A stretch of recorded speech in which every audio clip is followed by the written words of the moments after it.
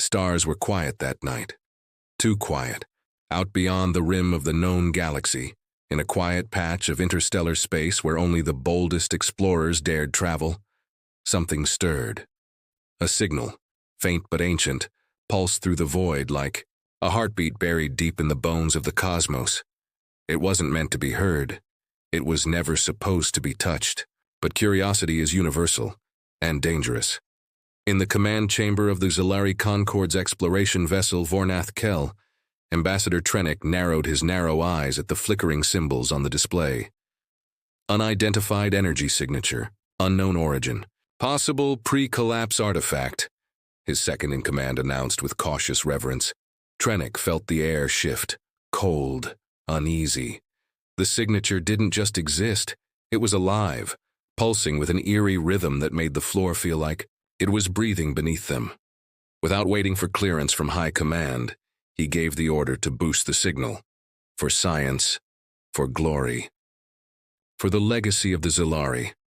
What none of them knew, not the bridge crew, not the scientists monitoring the anomaly from 10 different labs, was that this signal had been buried for a reason. It wasn't a beacon. It was a warning. One written, in a language so old and terrible that even the void had learned to forget it.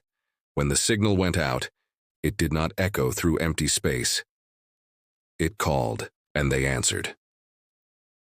Back on Earth, in a dusty corner of Atlanta, 17-year-old Jeremiah Cole adjusted the cracked headphones over his ears, bobbing his head to a beat only he could hear. He was tall for his age, lean with that raw energy that came from years of walking the edge between survival and ambition. His sneakers were worn, his backpack too light, but his eyes held galaxies. He didn't think of himself as special, just smart enough to keep his head down, fast enough to keep trouble behind him, and stubborn enough to keep moving. He just finished a double shift at the car wash and was riding the bus home, the city lights smeared across the windows like paint strokes in a dream. The bus was packed. A couple of people pretended to sleep. A few more scrolled through their phones. Jeremiah stood quietly, hanging onto the rail, letting the rhythm of the road lull his thoughts. Then she got on. She looked tired, small frame, maybe in her 20s, pale like moonlight and clearly pregnant. She glanced around and nobody moved. Not one person, not even a glance. Without a word, Jeremiah tapped her arm gently and nodded toward his seat. "You can sit here, ma'am." She blinked as if surprised by the offer. "You sure?" "Yeah," he said, stepping back with a tired smile. "You and the little one take it." She hesitated for a second, then smiled back, warm, grateful.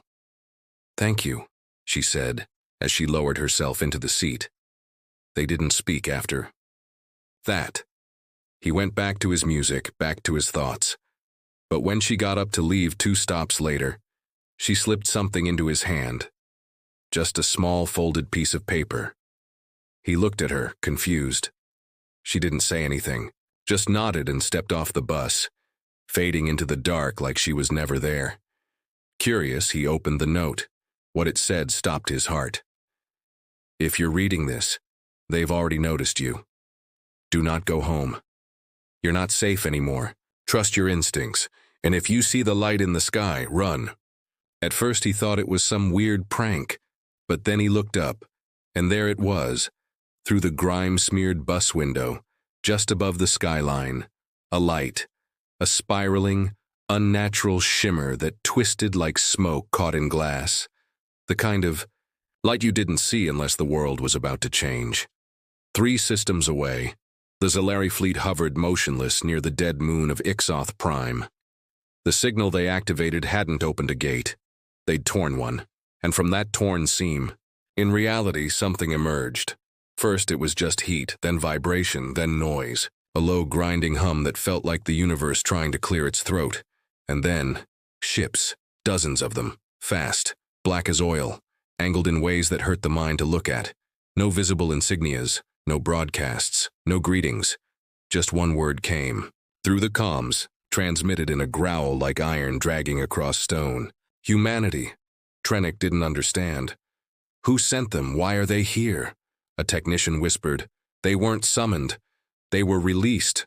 Before anyone could respond, the lead vessel, massive and coiled in scars, flashed across the stars and locked onto the Zalari flagship. Inside its hull, behind layers of metal and tech and history, a human voice muttered, "Another one." They never learn. Jeremiah didn't know about the aliens. He didn't know about Deathworld classifications or galactic security protocols, or the reasons why most of the galaxy had agreed, centuries ago, to never contact Earth unless it was absolutely necessary. But the galaxy now had no choice. A forbidden gate had opened, and Earth, violent, beautiful, unpredictable Earth, was awake. Jeremiah wasn't just some teen from the South Side anymore. Somehow the girl had known. Somehow he'd been chosen. He looked at the note again, fingers trembling. The sky was getting brighter. Then the bus lights flickered. The driver cursed. The engine died. Something landed on the street outside with a sound like thunder cracking in reverse. The air shivered. Jeremiah stood up slowly, the note still in his hand. And in that moment, across the stars, every fleet, every AI, every monitoring station in 100 systems stopped and listened as a human stepped into destiny. Because Deathworlders hadn't just responded. They'd arrived, and they were already too late. The bus stayed dead, lights out, engine silent. A kind of stillness took over, thick and unnatural, like the whole world was holding its breath. People shifted in their seats, grumbling. Someone cursed under their breath. A kid in the back asked if the power was out. Jeremiah didn't move. His eyes were still locked on the light in the sky. It was brighter now, lower, closer. It shimmered like nothing natural, changing shape each second. He didn't know how to describe it, but something inside him already understood. This wasn't lightning, this wasn't a drone, this wasn't from here. He gripped the folded note tighter in his hand. His heart thudded hard, like it was trying to warn him too. Then he heard it, a low hum. Not from the bus, from everywhere. The pavement trembled slightly. Lights in buildings across the street flickered, then cut out one by one. A man near the front stood up to look outside, then froze. His mouth opened, but no words came out. Jeremiah followed his gaze. A shape had landed in the middle of the street. Not a ship, not a vehicle. It looked wrong. Tall and angular, pulsing faintly with a soft red light, like a machine had grown from the ground instead of being built. It didn't move, but it watched. The doors on the bus creaked open on their. The driver tried hitting the buttons, slamming the console. Nothing responded. Jeremiah's body told him to run, but his mind couldn't catch up. Something had changed in the air, like pressure before a storm, like the moment before a fight. Breaks out and then it passed. The red light faded, the shape vanished, just gone. No sound, no flash, like it had never been there. The bus engine coughed to life. Everyone blinked around, confused, but the tension hung in the air like smoke. No one said a word about what they'd seen. Not yet. Not out loud. Jeremiah sat back down slowly, heart still hammering. He unfolded the note again and read the words 3 more times. Do not go home. But where else was he supposed to go? Thousands of kilometers above Earth, something else stirred. It was called the Nightingale Protocol, one of Earth's oldest buried systems, older than any modern government, older than most countries themselves. Created after first contact that wasn't supposed to happen. Back then, a small alien survey probe drifted too close to Earth orbit, assumed the planet was uninhabited, and tried to land. It didn't make it 5 seconds before a Cold War-era missile system vaporized it. The blast left a signature that didn't match anything else in the galaxy. That day, the galaxy quietly labeled Earth a red zone. A place you didn't visit unless you had a death wish. That protocol hadn't triggered in decades, until now. Deep, inside an old satellite shell disguised as space junk, a system blinked awake. Cameras focused on the Zalari fleet still idling just past Jupiter's shadow. Scans ran. Identifications processed. The verdict? Unknown fleet. No clearance. Unauthorized.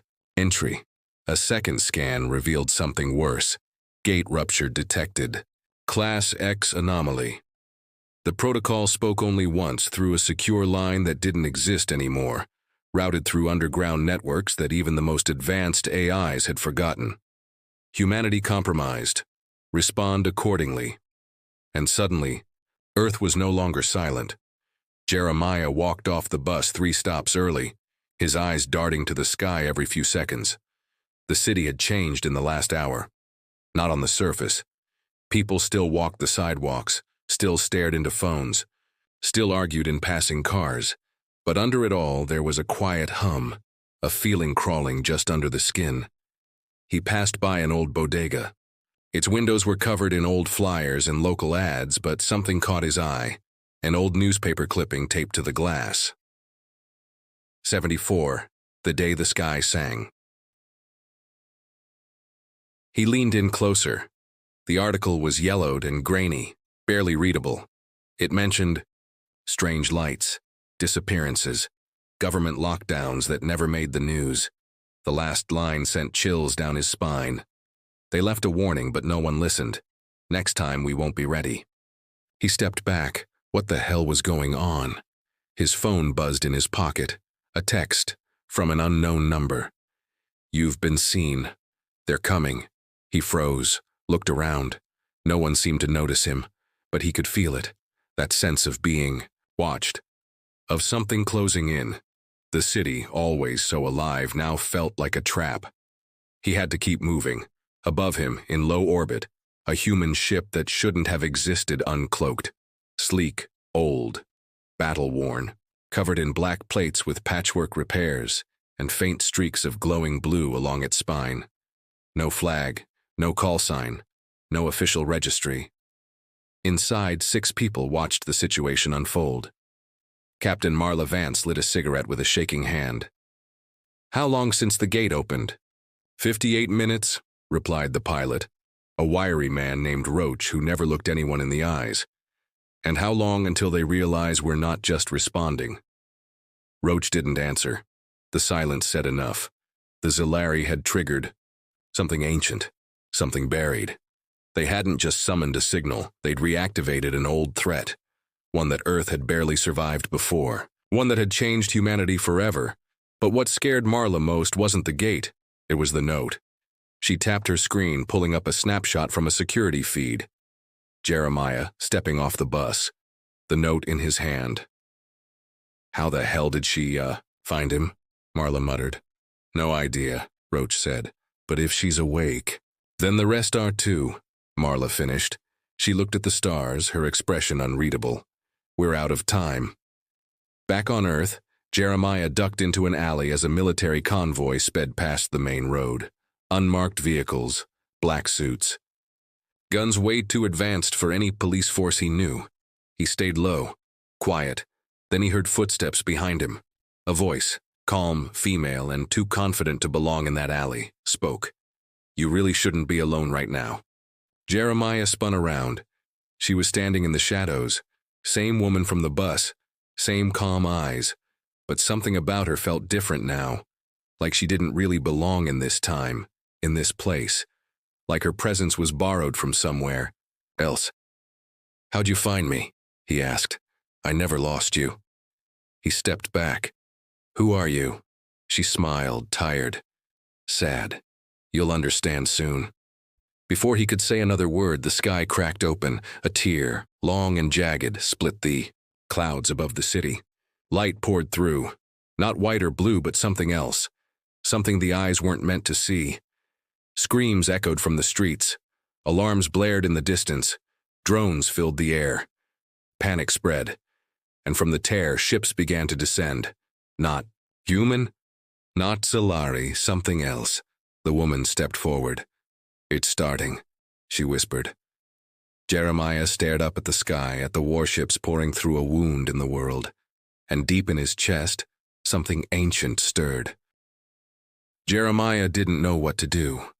The light above wasn't just a glow anymore. It was a rift stretching across the sky like a wound torn open by something stronger than time itself. The ships coming through it weren't shaped like anything. From Earth, or even from the nightmares of science fiction. They had no wings, no engines, no windows, just shifting shapes, bending light, and the quiet promise of violence. People on the street screamed. Cars crashed into each other trying to get away. Some stood frozen, staring upward like they were waiting for some kind of sign, like the world had finally flipped a switch and said, "This is it." Jeremiah turned to the woman, but she was already walking away, slow and steady like the chaos around her didn't matter. He chased after her, his voice cracking as he shouted, "Hey, you can't just leave me here. What is this?" She didn't stop. "You were marked the second you gave. Up your seat." "It's not about the note, that was just to wake you up. It's always been about the choice." "What choice?" She finally stopped and turned to face him. The kind no one wants to make, but someone always has to. Before he could say anything else, they were interrupted by a distant explosion. Not from the sky this time, but from underground. A rumble passed through the city like an aftershock, and suddenly parts of the street buckled. The ground cracked open near a subway entrance, and a dark pulse of energy shot up through the pavement.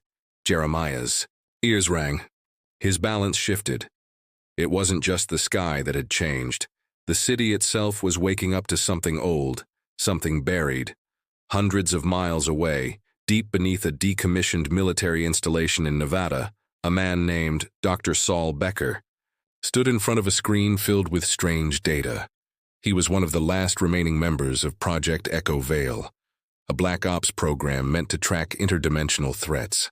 It had been dormant for decades, its files buried in layers of red tape and denial.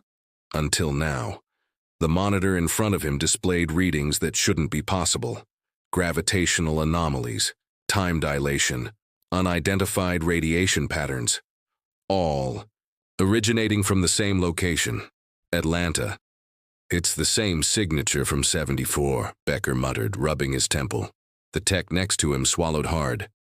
"We have to call Central Command." Becker shook his head. "No time. They'll try to contain it, and that'll just get more people killed.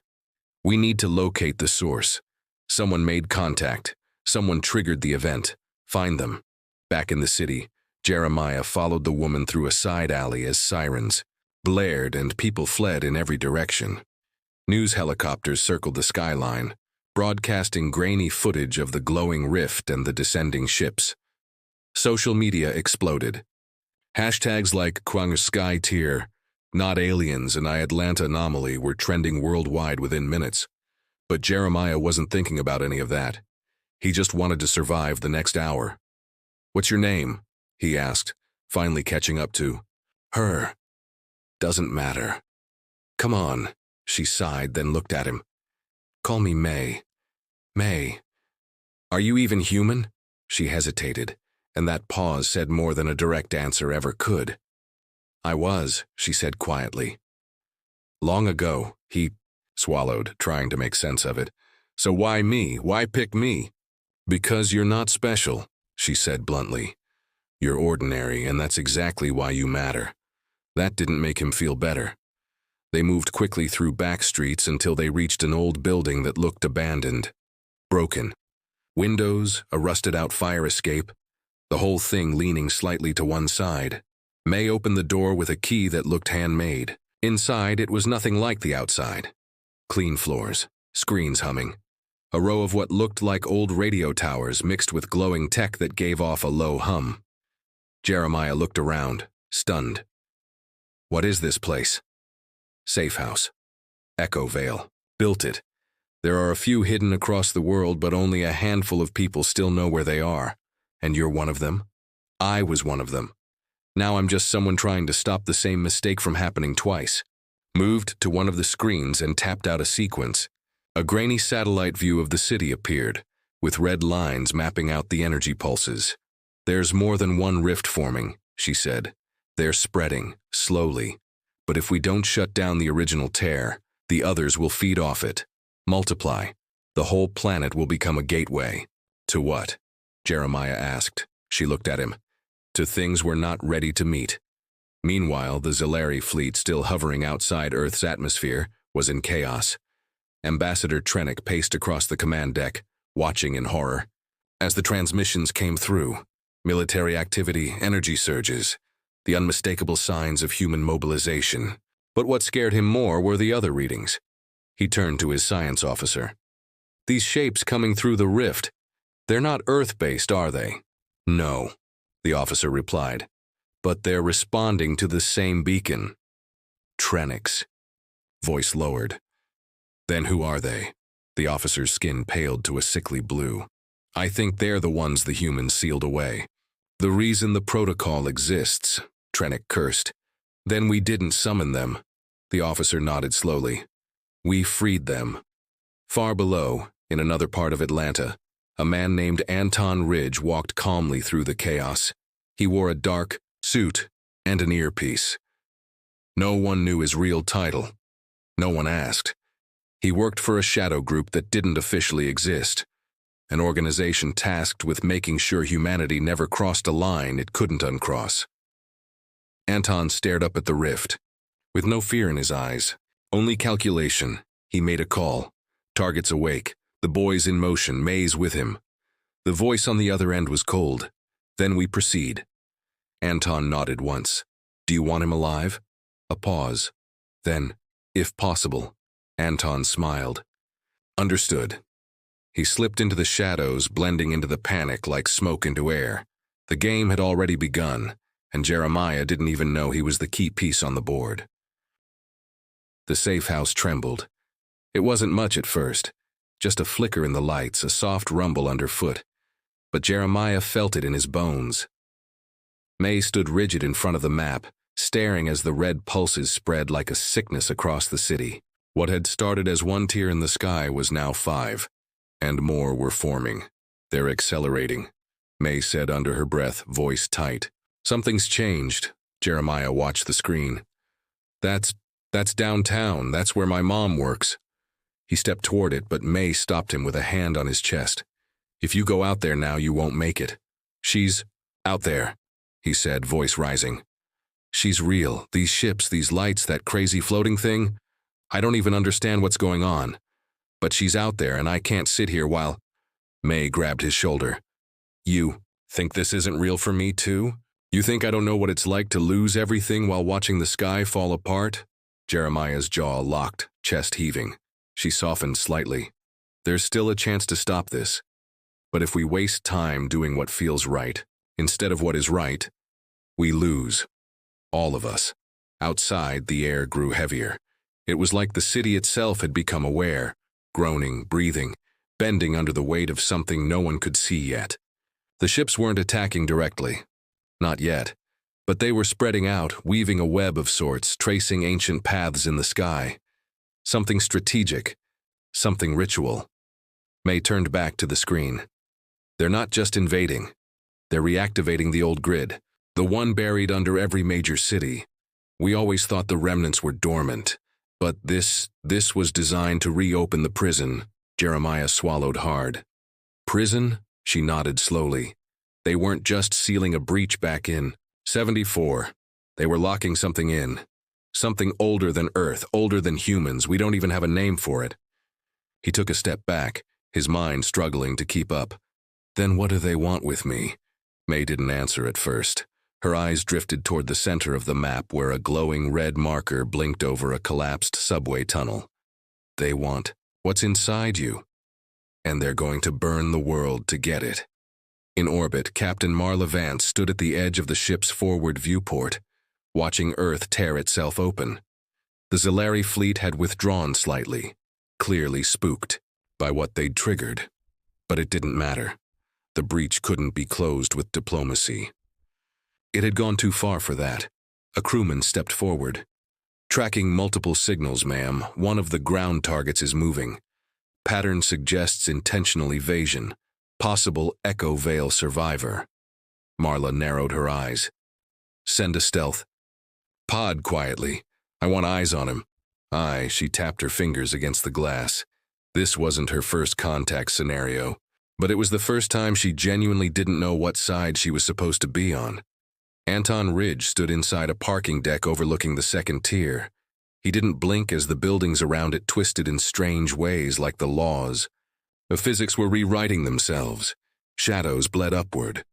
Reflections blinked without mirrors. Light bent and coiled like it was afraid. He held a small case in his hand. Metal, smooth, coded only to his DNA. He placed it on the hood of a nearby car and popped the latch. Inside, a small device blinked once, then glowed with an intense white blue. Heat. It pulsed like a heartbeat, a human heartbeat. The override key is live, he said into the mic on his collar. Ready for use. Authorization granted, the voice replied coldly.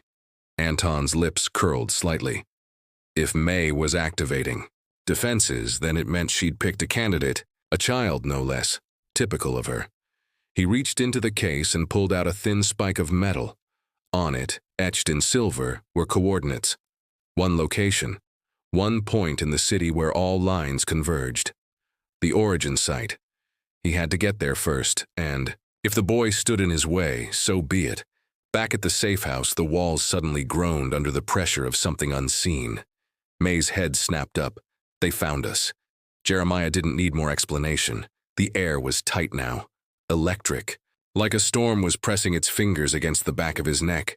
Outside, something hit the roof with a dull thud. Then another. Then silence. May moved fast, grabbing a small black bag from the wall and tossing it to him. Put that on. Move when I move. Don't stop. Don't look back. He struggled with the straps. What is this? EMP armor. Won't stop bullets, but it'll buy you 5 seconds if they fire a disruptor. Jeremiah's hands shook as he buckled the last strap. May placed a small disc on the door. They're going to hit the door in 3, 2. The explosion didn't wait for one. The wall blew inward in a wave of dust and fire. Shadows moved through the smoke. Tall, featureless, almost humanoid, but wrong in all the ways that mattered. Their movements were jerky, like video glitching in real time.